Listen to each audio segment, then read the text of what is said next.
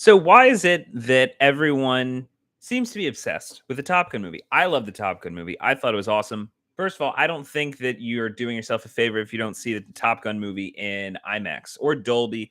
And just go to the biggest screen near you because you have to check it out. I did very much enjoy it. A lot of people are putting this as maybe their best movie of the year. Some people are putting this as Tom Cruise's best movie. I think it's very, very good. I do not think that it is the best thing that Tom Cruise has done. I don't think it's the best movie of the year, but it is definitely very, very good. I think that the biggest takeaway that I've gotten from it, thinking about Top Gun, is that I think this is proof that people do really miss movies doing what they do best, putting huge amounts of spectacle on the screen, and that it's something that we don't get as much as we used to. The thing that I love the most about it, I think the thing that makes it the most effective, because let's be honest, I don't think people really, I mean, was the first Top Gun really all that good? Like what is it about the first Top Gun that you really, really loved? Like I was thinking about this when watching it the first time, even after watching the first one. It's like, what exactly was the plot of the first Top Gun? Like, what was the mission that they were doing? Like, there isn't really, that one is much more, I think, just kind of checking out and watching the planes and all that stuff. But it's almost like a portfolio of what the technology was able to do. And in a way, you could say that for this one, but I do think they'd go a little bit more to put more of a story into what's going on in this new Top Gun movie. Although I will say the story's good. The story's not revolutionary. The story's not uh, awesome. But the effects, okay, the practical effects, this movie going the extra mile to put the actors in these planes, flying them at these high speeds, going through that amount of training. The first sequence is absolutely incredible, wherever you've got Tom Cruise essentially trying to go and reach 10 Gs, doing it while, almost literally flying in the face of authority. Ed Harris does a great job with the 10 minutes he has on screen. The story really just needs that. It needs that kind of rebellious streak about it. And it does that very, very well. There's been a lot of think pieces about, oh, this is really about Tom Cruise and how Tom Cruise, his time is over. But guess what? He's going for one more ride. And yeah, that's going on there. And yeah, you could look at it in a meta way, in a way that's interesting. I think the thing that, like, if you had all of that and the practical effects were not as just awe-inspiring as they are, then I don't think it would work at all. That's why you're there. You're there for the heart-stopping thrill that you get. And you do really get it on a level that I think is comparable to Dunkirk. When watching it, it felt like that. Yeah, you know what? Dunkirk is operating at a much higher level in terms of story, in terms of technical ability, in terms of experimentation. Yes, that's working at a much higher level. But name anything else in the last 5 years that did that. I think that Top Gun is going to absolutely be the next one on the list because it does a great job of giving you this real, it feels like you're actually there, and it does feel quite scary at times. And action movies don't put the work in that's needed to really make things feel scary. And you know what? Afterwards, I talk about it all the time, but there's petitions going all over the place in Hollywood to remove guns because of the shooting that happened last year on the Rust set. This is the type of movie that shows why you have to be careful, but you have to go as much you can to make effects as real as possible, because you get a huge payoff in terms of what the audience experiences. And that means you're going to get more audiences that want to go and see movies like this, because it's something that I think is very, very special. Also, it is cool to see Tom Cruise still be someone who's able to command the screen like this.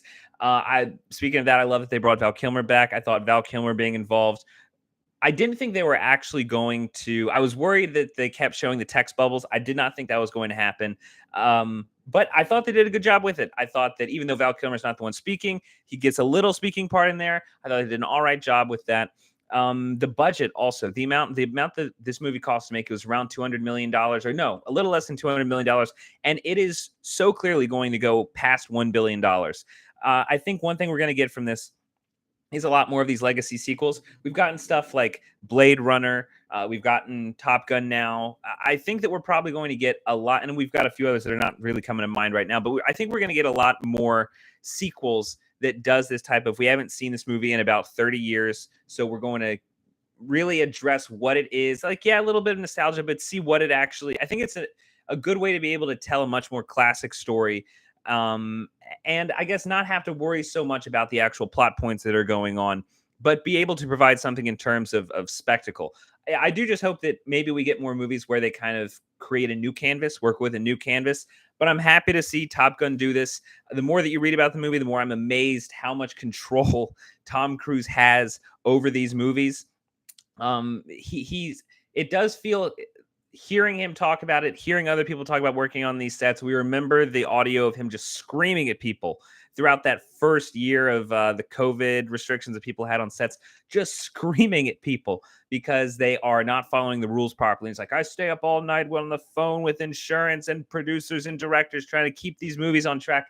He does really have a high level of control in a way that makes it seem like he might be mad a little bit, but also maybe a little bit of a mad genius, because he does keep putting out very high quality, just jaw dropping movies.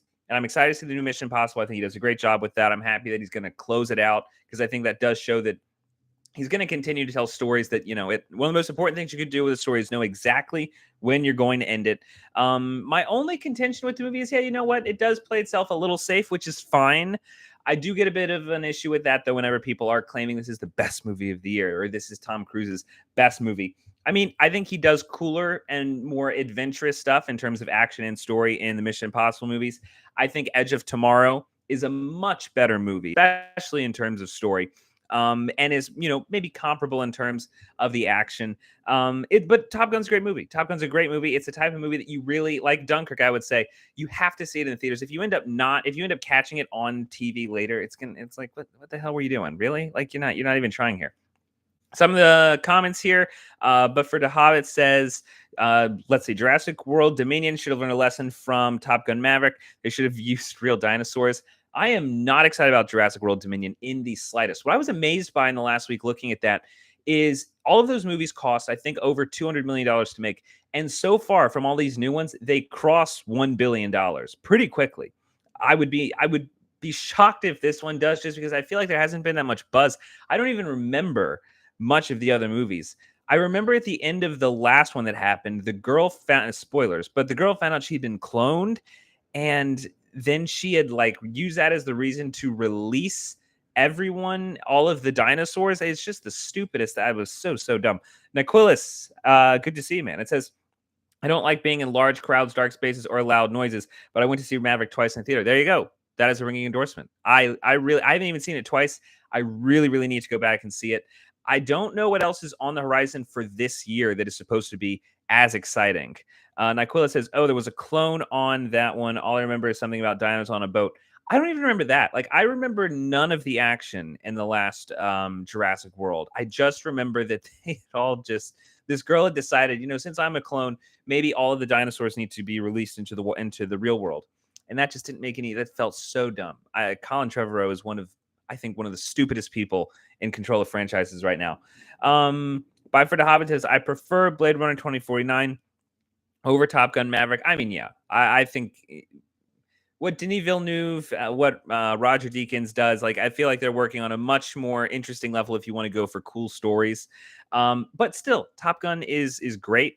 I think it is one of those that you're going to have to go and see as many times in the theater, because that's where you're going to get your fill of it. Well, that's it for today. 4 p.m. I guess, yeah, 4 p.m. Eastern time tomorrow will be, we'll do movie breakdowns, movie news breakdowns. There's a lot of weird stuff going on, including the Joker 2.